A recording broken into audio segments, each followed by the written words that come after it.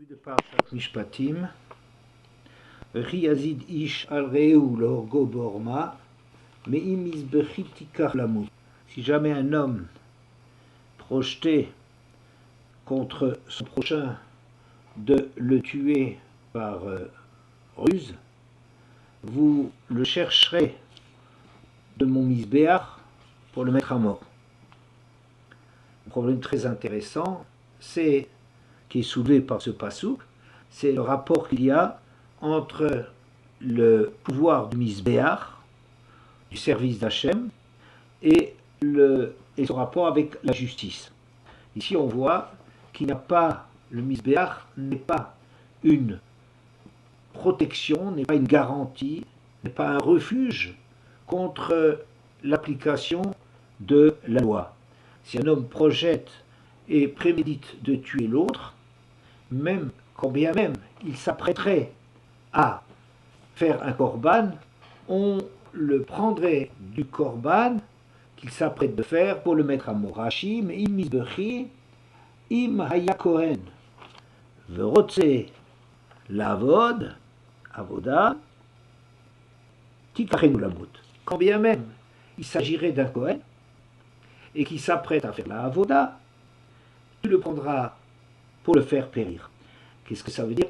Mais imizbechi, le misbéach particulier à Hachem, c'est, disent le korban, quand même s'apprêterait à faire un korban tamid, qui est la protection, comme on voit dans la Gemara, dans Nachot, que tout le temps où il s'occupe du tamid, vous, les gens de l'extérieur, vous ne pouvez rien contre eux. À l'époque du combat entre Orkonos et Aristoboulos, et on ne peut rien tant qu'il s'occupe du korban tamid, qui est le korban qui fonde la relation entre Hachem et Israël. Et même s'il n'y a pas d'autre Kohen, disent les commentateurs, pour offrir ce korban, eh bien, et que celui-ci étant condamné à être tué pour meurtre, vous ne le permettrez pas de faire ce korban. Un petit bémol, Rabbi Akiva dit dans la Gemara, mais im misbechi et pas mais al misbechi. Vous le chercherez du misbéach, pas de sur le misbéach. C'est-à-dire, s'il est déjà en train de préparer le korban, de faire le korban, alors là vous le laisserez terminer. Comme si on veut ménager tout de même la avoda, et juste la repousser juste le temps qu'il fasse ce korban. Mais dès qu'il a fini de faire son korban, on le mettrait à mort. Mais tant qu'il s'agit seulement d'échapper à l'application de la justice en allant faire ce korban, et donc il n'y a pas encore à ce moment-là un dénigrement du rôle du misbéach, puisqu'il n'est pas encore en train de faire le korban, alors à ce moment-là, ça sera la loi de le faire périr qui s'appliquerait. Cette Gemara de Rabbi Akiva, c'est dans Yoma Pehe Amud Aleph. Voilà. Ce rapport qu'il y a entre le misbéach, entre la Avodat Hashem et la justice, et l'application de la justice, souligne Rav Shimshon Raphaël Hirsch, a toujours été un grand sujet de conflit et une prétention de l'Église d'imposer sa loi au pouvoir séculier, au pouvoir royal, et sans doute, on peut comprendre cela, que étant donné que l'Église intervient comme représentant du pouvoir spirituel, ce pouvoir qui donne les directives à la société, donne l'échelle de valeurs, la hiérarchie des valeurs et des pouvoirs, il est normal que quelque part s'exprime cette supériorité par une loi exorbitante du droit commun, qui est le droit d'asile, ou le droit de grâce, ou même dans l'histoire, la période des indulgences, d'arriver à obtenir quelque chose en faisant des dons à l'Église. Bon, c'est évidemment, si notre problème c'est de comparer la façon dont on régit le rapport entre le Sanhedrin et le Misbéach, le comparer à ce qui se passe chez les non-juifs, ce serait très intéressant de le savoir, mais il faut faire attention, car en pratique, il y a eu également beaucoup d'excès dans l'application des lois, en pratique, qui ne sont pas toujours, qui ne sont pas du niveau de l'idéal. Donc on ne peut pas juger l'Église dans son rapport au pouvoir royal, on ne peut pas non plus la juger sur la pratique tellement, qui a été souvent très scandaleuse et extrêmement politique. La religion a été un levier extrêmement politique pour arriver à faire passer sa légitimité, la légitimité de l'Église, au-dessus du droit, de l'application du droit. Quoi qu'il en soit, ce rapport entre le spirituel et la gestion du monde, entre la grâce et la justice, entre le chesed et le mishpat, ce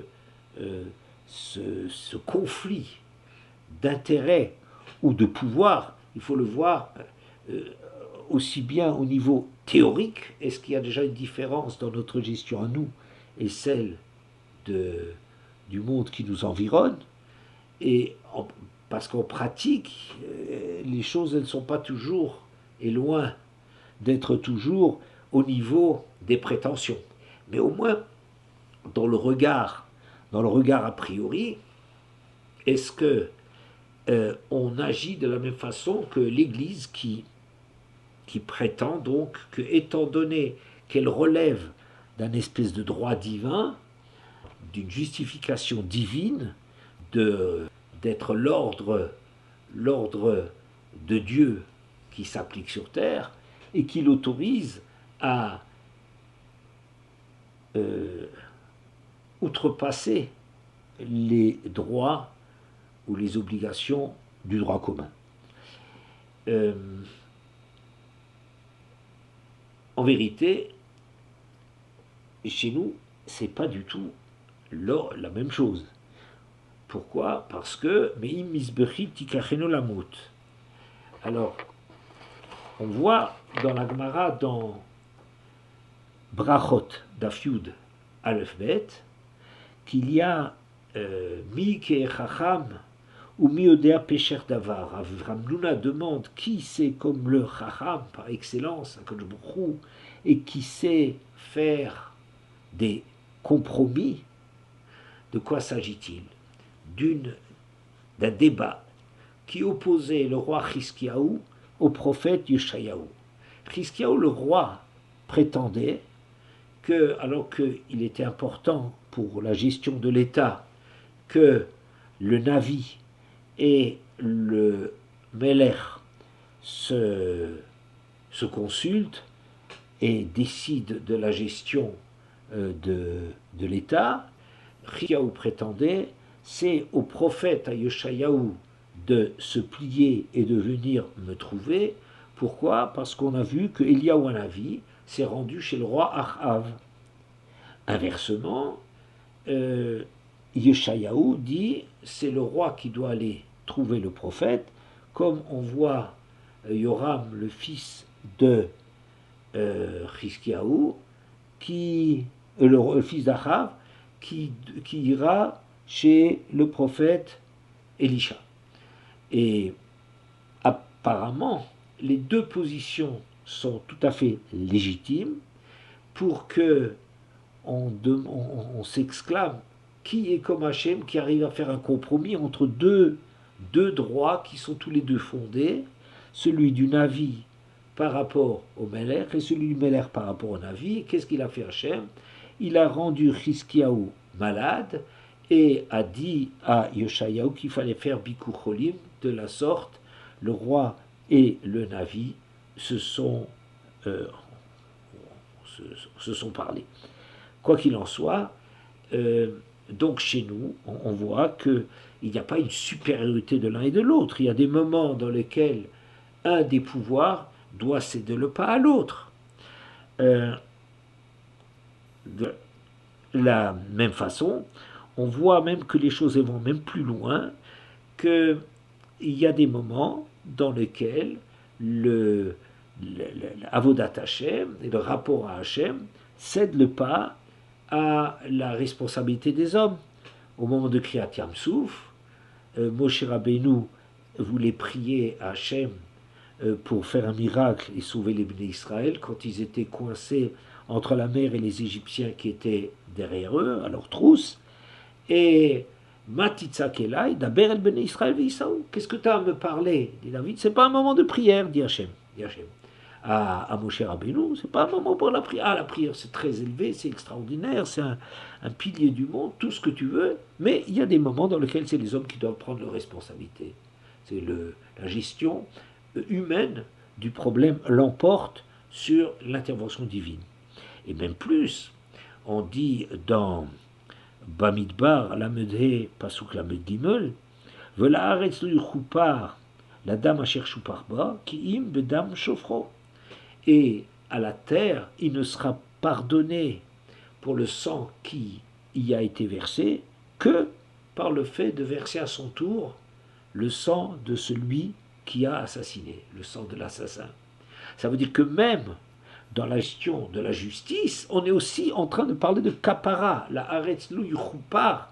Il n'y aura pas de kapara si c'est la kapara obtenue par le tribunal qui va condamner à mort celui qui a versé injustement le sang de son prochain.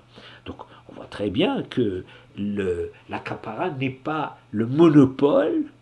On ne peut pas dire que c'est le misbéach qui a le monopole de parler au nom d'Hachem. Le monopole de la kapara, c'est pas que le misbéach qui l'exerce. Et dans Michelet, Perek Kaf Aleph Pasuk Gimel, Asso Tzedaka Mishpat Nivchar Lachem Mizavar, de faire la Tzedaka et le Mishpat l'emporte chez Hachem, est prioritaire pour Hachem par rapport au fait d'apporter les sacrifices. Donc on voit qu'il y a un autre mode de gestion de ces deux centres de pouvoir qui sont le Sanhédrin, l'exercice de la justice d'une part, et le Misbéach, la Avodat Hashem, d'autre part. Alors je dirais que, en vérité, chez nous, on dit Al-Shoshad Varim Haolam Omed, que le monde, comme l'explique le Maharal, repose sur le travail de l'homme dans trois directions. Il y a un travail à la Torah, c'est un travail par rapport à soi-même de lutter contre les pulsions animales qui constituent la base de la personne. Et c'est le monde repose là-dessus. Il y a absolument une obligation de travailler dans ce domaine-là et d'élever ce côté spirituel et de réflexion de la Torah. À la Avoda, c'est le rapport à l'infini, à Hachem, et Al-Gmil Trasadim, c'est le rapport à autrui. Et donc, ces directions dans trois directions, l'obligation, ce travail dans trois directions qui est un Kobalog, vers le ciel, vers autrui et envers soi-même, ne donne pas un privilège à l'une ou l'autre des directions. Il peut y avoir des moments où il faut plutôt faire privilégier tel et tel domaine, mais il n'y a pas de supériorité, il n'y a pas un combat, il n'y a pas une concurrence qui mettrait le Beth Amikdash en position de force par rapport à la justice. Maintenant, ce n'est pas que le Misbéach n'a pas le moindre mot à dire par rapport à la justice.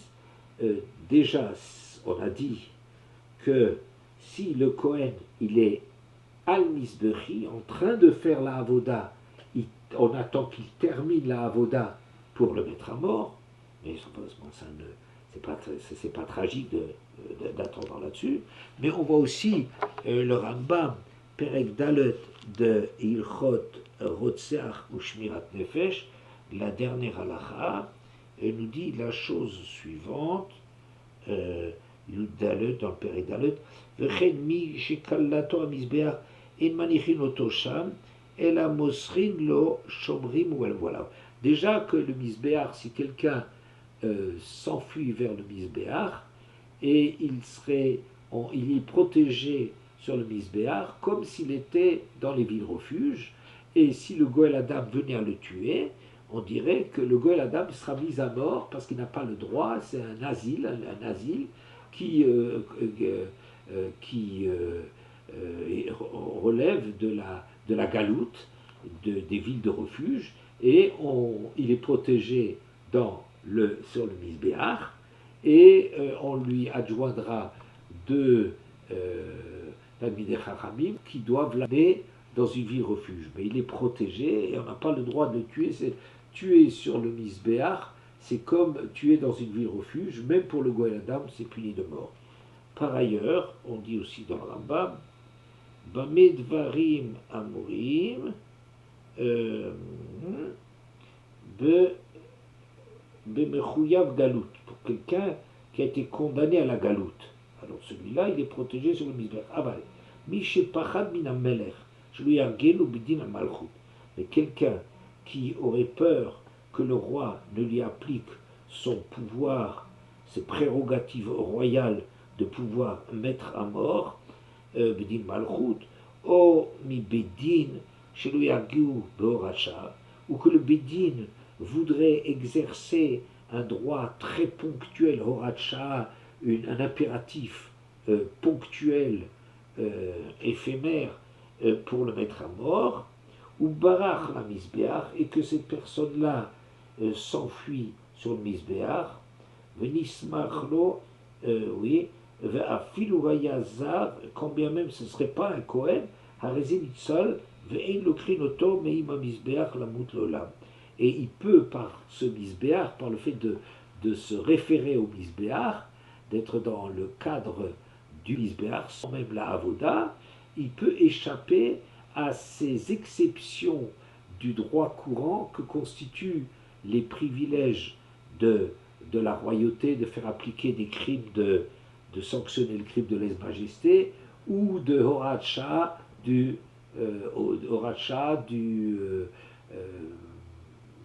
Sanhédrin.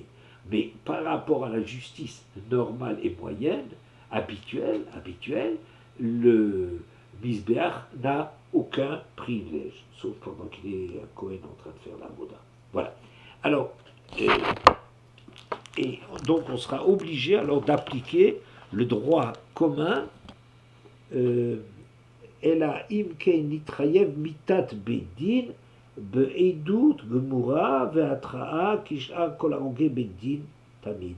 C'est seule l'application de quelqu'un qui se réfère, qui relève de la protection de l'asile du Misbéach, lui fera, il n'est condamnable que par le jeu courant de la justice, d'avoir besoin de témoins, de véritables témoins, avec l'avertissement, etc. Voilà.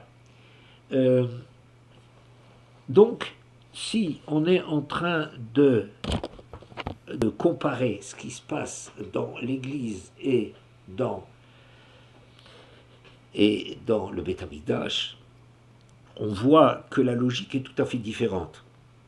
Dans l'Église, il y a une concurrence entre les pouvoirs et l'Église revendique la supériorité, une hiérarchie des pouvoirs et prétend soumettre le droit habituel au jeu de certains privilèges que l'Église pourrait exercer, alors que chez nous, il n'y a rien de cela.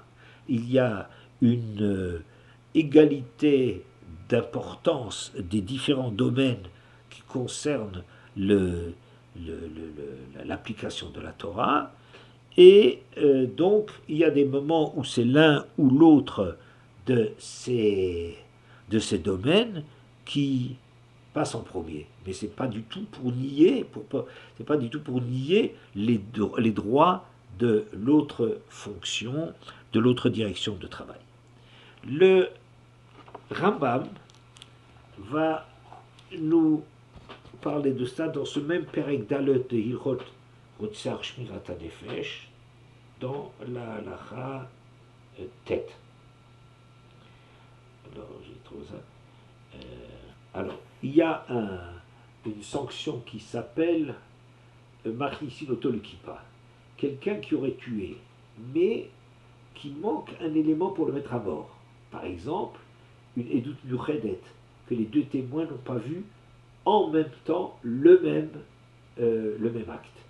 Mais tous les deux ont vu suffisamment cet acte-là. Par exemple, on regarde par le trou d'une serrure et on arrive à voir quelqu'un qui tue un autre ou qui lui doit de l'argent ou que c'est des choses de ce genre-là. C'est une édute mouchedet, c'est une édute individuelle, particulière, mais il y a deux témoins, mais pas en même temps. Ou bien, si l'avertissement que doivent faire les témoins n'a pas été parfait, mais il est certain que la personne qu'ils ont vue mérite la mort, ou encore que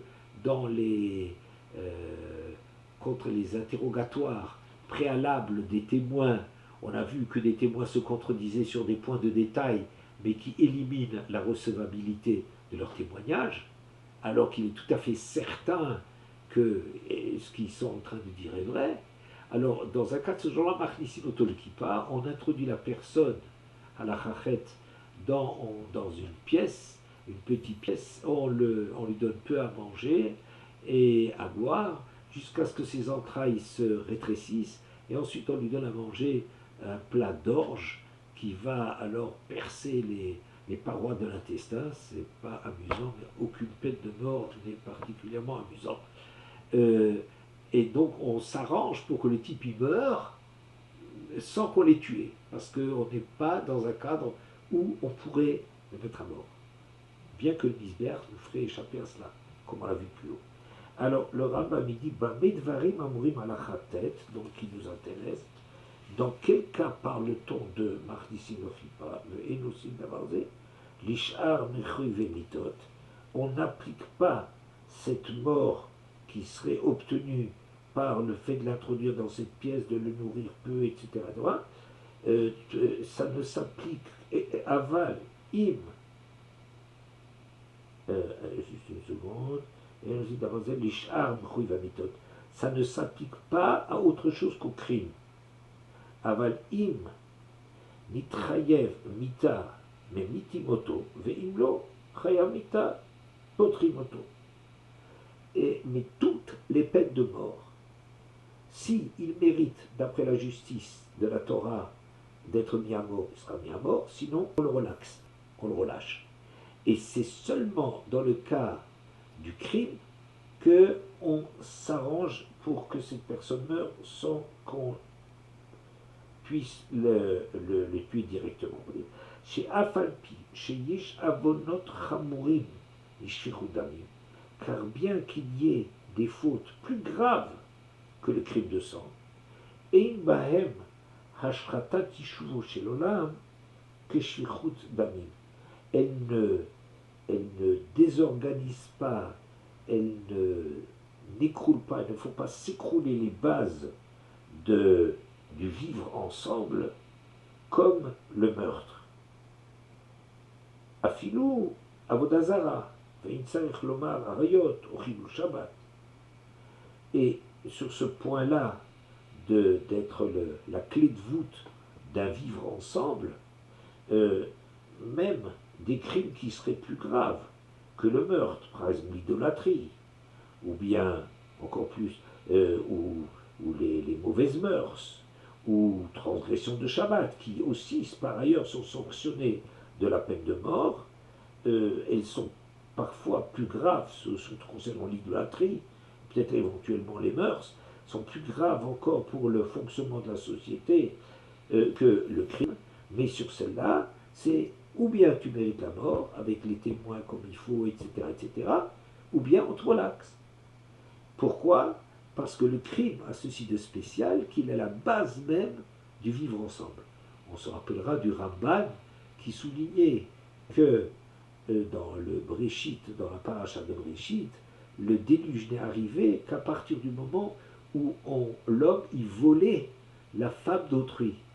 Pas sur le crime même religieux des rapports interdits de l'adultère, mais sur le fait de prendre la femme d'autrui, parce que le vol est quelque chose qui s'impose et que tous les hommes, a priori, sont d'accord que le vol ou le crime sont la base même du consensus qui permet une vie sociale. Et c'est pour cela, dit le Rambam, que lorsque le roi le roi Achav s'est emparé de la vigne de Naboth, en ayant ourdi un complot contre lui, en ayant payé des faux témoins qui ont témoigné contre Naboth pour qu'il puisse le mettre au monde, le faire périr et hériter de sa vigne, car le roi Achav voulait absolument s'emparer de la vigne de Naboth, et comme celui-ci ne voulait pas le lui céder,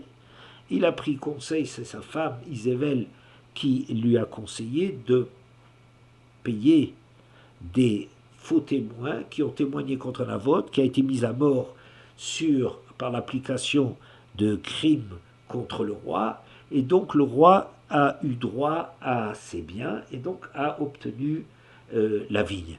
Or, quand dans le ciel on a voulu faire le procès de Achav, qui a été le plus grand roi idolâtre qu'on a connu dans l'histoire, quelqu'un qui était du niveau de Yarovam et Achav, qui sont les gens qui non seulement faisaient de l'idolâtrie, mais qui travaillaient pour diffuser l'idolâtrie d'une façon absolument terrible. C'est des fautes qui sont impardonnables et qu'on rappelle toujours. Mais Achav n'a pas été tué pour l'idolâtrie et la diffusion de l'idolâtrie, mais sur le fait que dans le ciel, il y a eu un jugement au nom du crime de sang qu'il avait versé. Ce qui montre bien que dans le rapport de la justice humaine, qui est le Ben Adam le Chavero, dans le Ben Adam le Chavero, ce qui concerne les rapports de l'homme à autrui, c'est le crime est la pire des choses. Et c'est de ça qu'il s'agit dans notre paracha de Patim, et ce qu'on peut encore ajouter, c'est que le début même de la paracha, que Ve'ele Mishpatim, insiste Rashi, qu'est-ce que ça veut dire Ve'ele?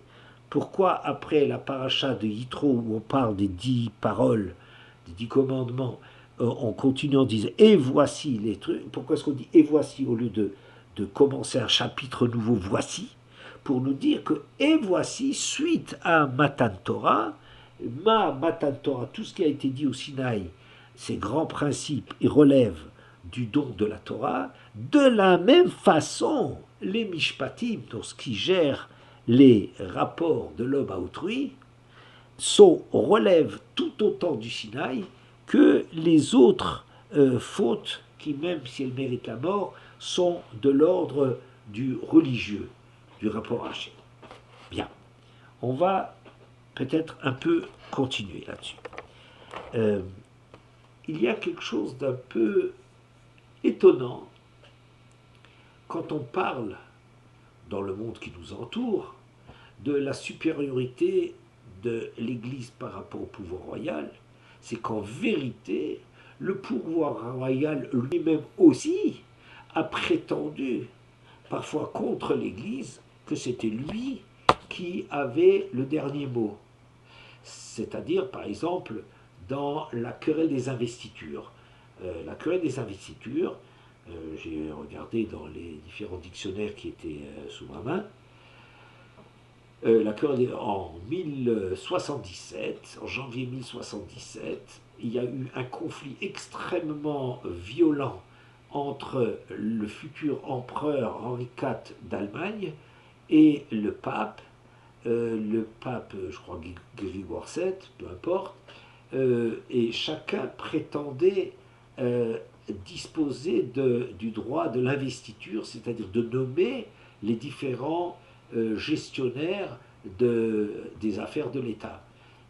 Et finalement, c'est le pape qui a eu le dernier mot, et il a obligé l'empereur, le futur empereur, à venir à genoux à Canossa, aller à Canossa, c'est de revenir sur une prétention qu'on avait au début, où on prétendait que c'est nous qui aurons le dernier mot, et finalement reconnaître le droit de l'autre et se soumettre, le pouvoir royal s'est soumis à la justice. Très intéressant. Pourquoi? Parce qu'on voit que la justice aussi, le pouvoir royal aussi, peut prétendre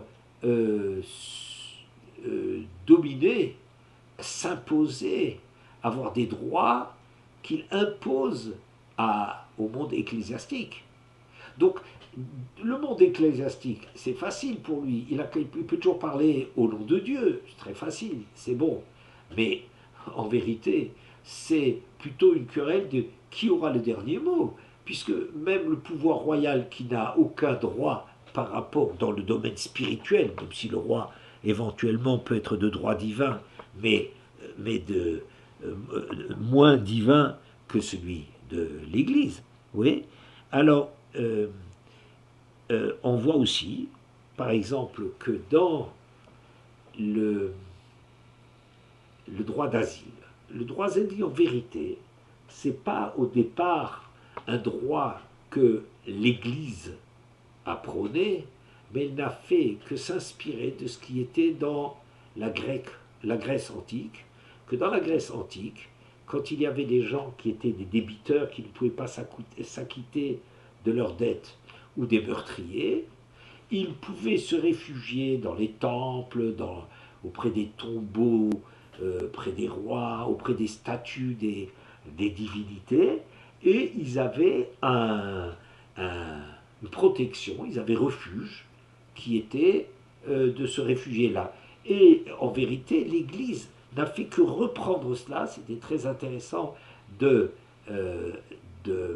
s'inspirer de cela pour poser les droits de l'Église, un droit d'asile, qui était un droit très très revendiqué par l'Église. Et quand quelqu'un se réfugiait dans une église, il pouvait obtenir que la justice qui voulait le poursuivre était obligée de jurer sur l'Évangile qu'on ne torturerait pas, ou qu'on ne mutilerait pas, ou qu'on ne mettrait pas à mort cette personne qui s'était réfugiée dans l'Église.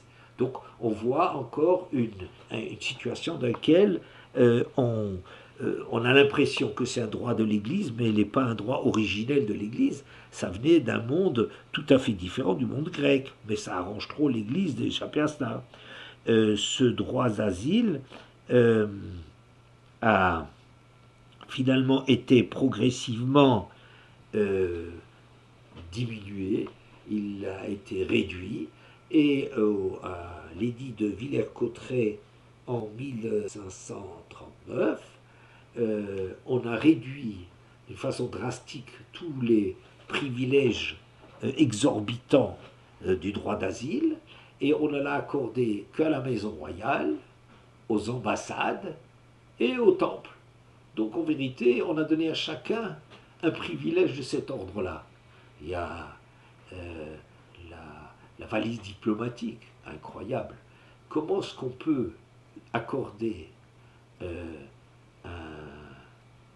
ne sais pas comment le dire, un privilège incroyable aux ambassades de réfugier, d'accueillir et de ne pas avoir de servir de protection à des gens qui en vérité devraient être jugés par le pays dans lequel se trouvait cette ambassade. C'est quelque chose d'absolument aberrant. Et pourtant, c'est quelque chose d'officiel. La valise diplomatique, il est absolument interdit d'aller récupérer une valise diplomatique, et on peut transporter des secrets extrêmement importants là-dedans. Voilà. Il y a aussi le droit de grâce. Le droit de grâce a été aussi pendant longtemps l'apanage de l'Église, qui disait ben, au nom de la justice supérieure d'ordre divin que nous représentons, nous accordons la grâce à tel ou tel. Alors, euh, ils peuvent au départ prétendre V'chanoti et asher achon, v'richamti et asher arachem. Hachem a dit à Moshe, c'est moi qui accorderai grâce à celui que je décide et qui prendrait en pitié celui que je décide. Et l'Église a été trop content de prétendre que la volonté de la Torah était de donner un droit, Hachem se prévaut au nom d'être le créateur et la base de la clé de voûte de tout le système humain, à ce titre-là de n'en faire qu'à sa tête. Mais on dit par ailleurs, tout celui qui croit qu'Akadosh Baruch Hu il est vatran, il va trouver benebeoi, celui qui croit qu'Hachem renonce à l'exercice d'une justice, d'une exigence qui responsabilise l'homme, celui qui croit cela, sa vie, elle va le lâcher, parce que c'est complètement erroné. C'est vrai qu'on peut faire jouer des droits de grâce, mais qui sont nécessairement justifiés par ailleurs. Bon, mais il faudrait voir dans chaque cas d'espèce où il y aurait un droit de grâce, comment ça va s'appliquer. Tandis que l'Église est trop contente de s'engouffrer derrière ce pseudo-droit pour n'en faire qu'à sa tête. Et il y a eu aussi même les investitures, encore une grande plaisanterie, l'investiture. À un certain moment, le pape, je crois Léon, je ne sais pas qui, Grégoire ou Léon, je ne sais pas, devant la difficulté de construire, de mener jusqu'au bout la construction de la basilique Saint-Pierre de Rome, en 1515, il a accordé des indulgences. C'est-à-dire, il a permis que si on payait de l'argent, on arriverait à racheter tout ou partie de ces crimes ou de ces fautes par rapport au ciel. C'est nouveau, cette immense, gigantesque supercherie. Faites tchouva, la tchouva tatsin mimavet, si on fait tchouva, si on se repent, on échappe à la mort. De nouveau, un détournement de sens de ce que ça veut dire la tchouva, qui est une véritable remise en question et qui ne parle que de l'authenticité d'une démarche qui nous rapproche d'Hachem et qui aurait la valeur de nous élever au-dessus de notre misérable condition qui nous a fait fauter. Et ça a du sens. Mais de transformer ça, payer, casquer, donner de l'argent à la synagogue, il vous sera pardonné. Ça s'appelle etan zona, dit Ramban. C'est-à-dire c'est une prostituée qui veut se racheter une bonne conduite. Elle va apporter un korban qu'elle a reçu pour l'exercice de son znout, du dévergondage. Bon. Et donc, on voit que d'une façon ou d'une autre, et d'ailleurs cette querelle des indulgences qui a eu lieu après que l'Église ait agi d'une façon tellement honteuse que Luther a lutté contre ça, et vers 1517 et 1519, il a créé le protestantisme, il a lancé les protestantismes contre notamment cet exercice absolument invraisemblable des indulgences où on monnaie le sort dans le monde futur avec l'argent. On voit bien qu'ici c'est un problème politique, de pouvoir et d'argent, beaucoup plus que quelque chose qui relève d'une compréhension équilibrée et saine de ce que ça veut dire le monde spirituel. Donc, quoi qu'il en soit, je veux dire par là qu'il y a un désir qui semble de chercher toujours un passe-droit par rapport à la justice, comme si la justice était pesante et que comme si d'une façon ou d'une autre, l'Église, peut-être, qui aurait été spécialiste là-dedans, Mais en vérité, les Grecs, déjà à l'époque, bien avant, parlaient de cela, du droit de le refuge, l'asile qu'on pouvait accorder au nom du religieux. Les rois se sont inspirés de cela. L'Église s'est inspirée de tout ce qu'elle a pu pour arriver à, euh, à, à remplir ses caisses. Et c'est, il me semble, plus que seulement un rapport de pouvoir. Est-ce que le spirituel l'emporte sur le pouvoir séculier, sur les tribunaux? Oui. Mais il me semble qu'il y a quelque chose d'autre là-dedans. C'est qu'on essaye quelque part d'échapper à ce carcan de la justice qui est étouffante et qu'on essaie dans tous les systèmes de trouver des passe-droits, des créneaux. Il faut payer les impôts, mais on se débrouille toujours pour avoir des exceptions au service du pouvoir. Il y a toujours l'exception est quelque chose qui arrange en vérité tout le monde. Le secret professionnel.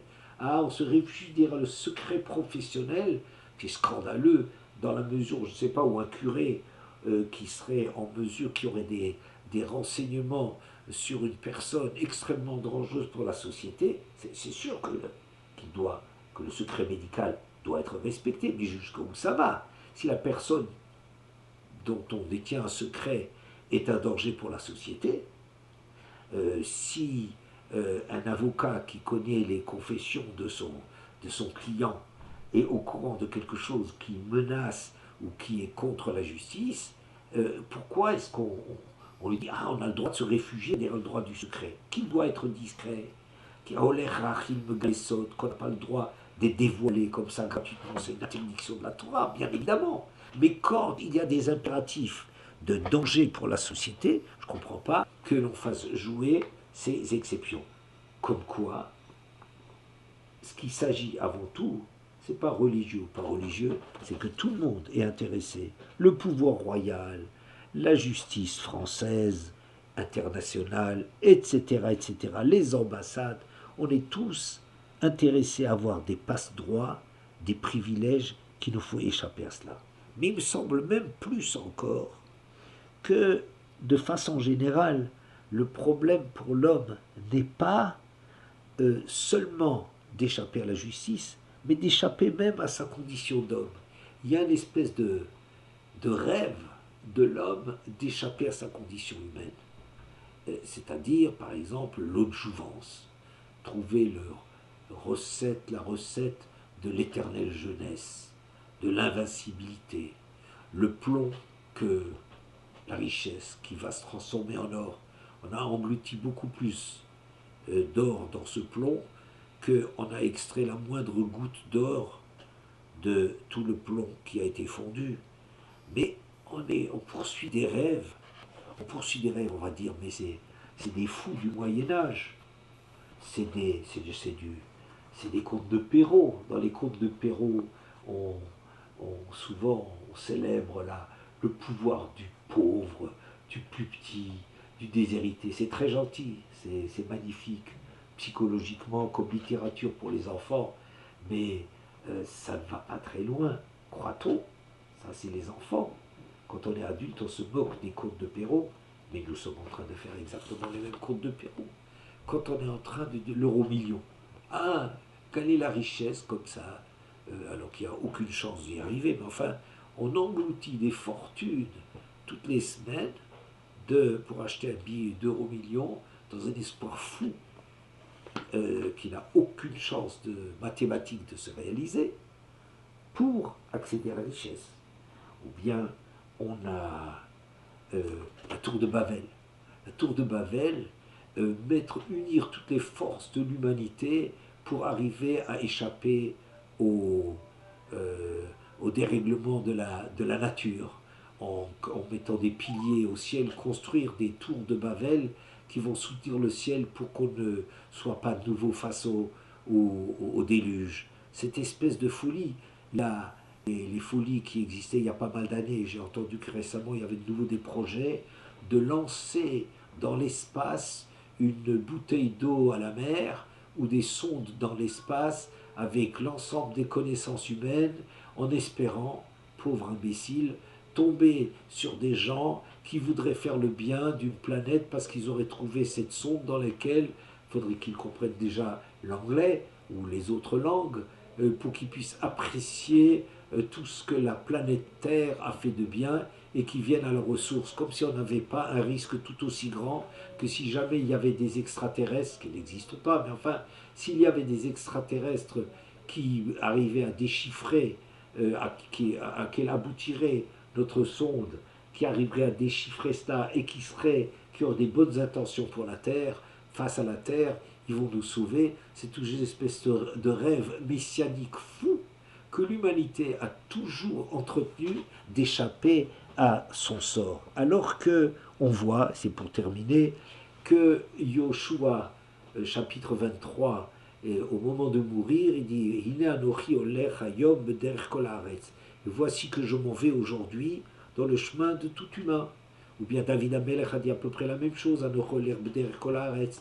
Maintenant, au moment de mourir, je vais suivre la voie de toute l'humanité. C'est-à-dire que ce moment le plus personnel qui existe de la vie de quelqu'un quand il est seul face à son créateur, face à l'infini, face à la mort, qu'à ce moment-là, qui est un moment tellement personnel, sentir que en vérité, c'est le destin de l'homme avec ses problèmes, avec ses restrictions, avec ses dépendances par rapport à la loi, par rapport à la maladie, par rapport aux forces naturelles, etc., etc., accepter son sort et ses limites, ne pas essayer d'en sortir d'une façon miraculeuse et fantasmatique, mais d'assumer sa condition d'homme et de grandir à travers sa condition d'homme. Je pense que c'est cela qui est à la base de cette